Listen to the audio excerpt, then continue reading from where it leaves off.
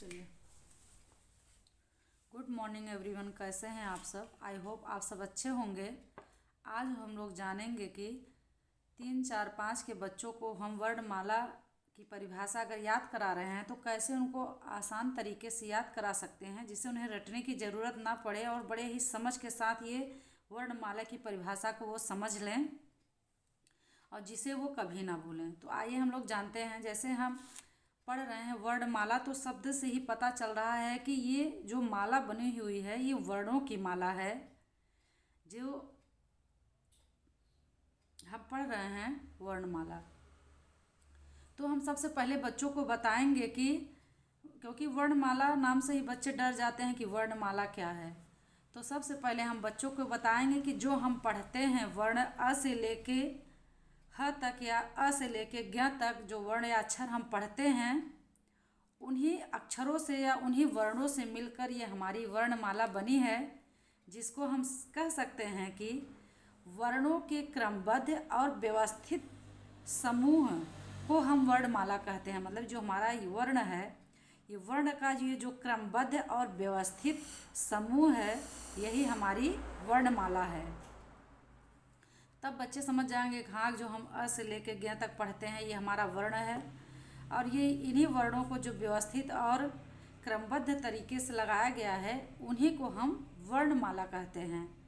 अर्थात हम कह सकते हैं कि स्वरों और व्यंजनों, ये हमारा अ से लेकर अ तक स्वर है, क से लेकर ज्ञ तक हमारे जो व्यंजन हैं, जो वर्ण है वो हमारे व्यंजन हैं। तो वर्णमाला में 2 प्रकार के वर्ण होते हैं, एक होता है स्वर और दूसरा होता है व्यंजन।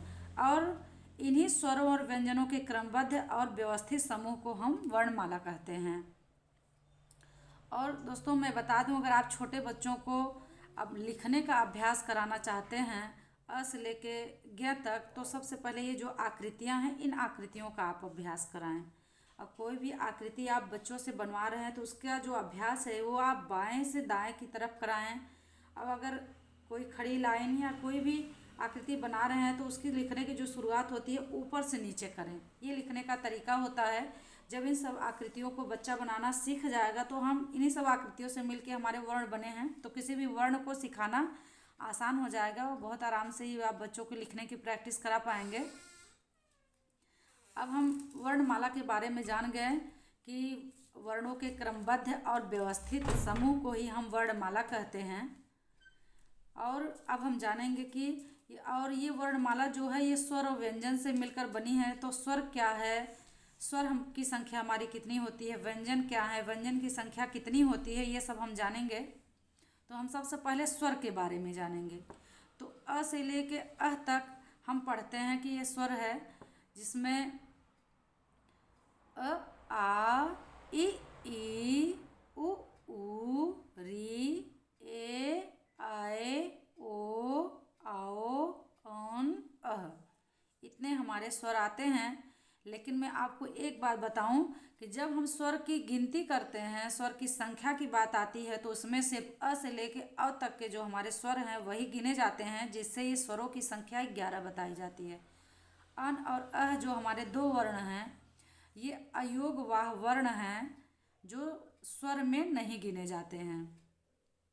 और जो हमारे ये स्वर शब्द, जो स्वर हमारे वर्ण होते हैं, ये स्वर वर्ण जो है वो स्वतंत्र वर्ण होते हैं।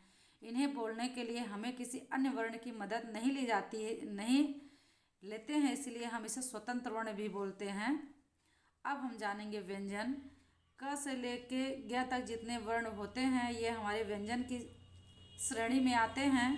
और व्यंजन की जो संख्या होती है वो 33 होती है, जिसमें क से लेके ह तक के वर्ण गिने जाते हैं।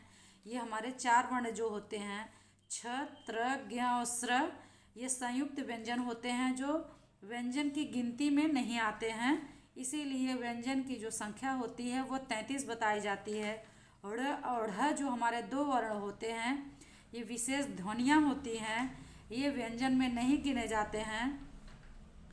और एक बात इन दोनों वर्णों के बारे में जान लें कि कभी भी इन 2 वर्णों से कोई भी शब्द की शुरुआत नहीं होती है।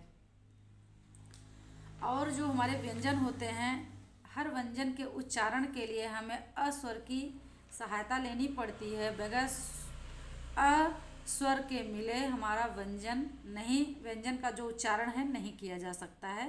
इसलिए हम कह सकते हैं कि व्यंजन के उच्चारण के लिए हमें स स्वर की सहायता लेनी पड़ती है, जबकि जो हमारे स्वर होते हैं वे स्वतंत्र वर्ण होते हैं। इन्हें बोलने के लिए हमें किसी अन्य वर्ण की मदद नहीं लेनी पड़ती। तो आज हम लोग जाने हैं वर्णमाला किसे कहते हैं, स्वर क्या होता है, स्वर की कितनी संख्या होती है, व्यंजन क्या है, व्यंजन की कितनी संख्या होती है। और कुछ जानने के लिए हम नेक्स्ट वीडियो में मिलेंगे। Thank you.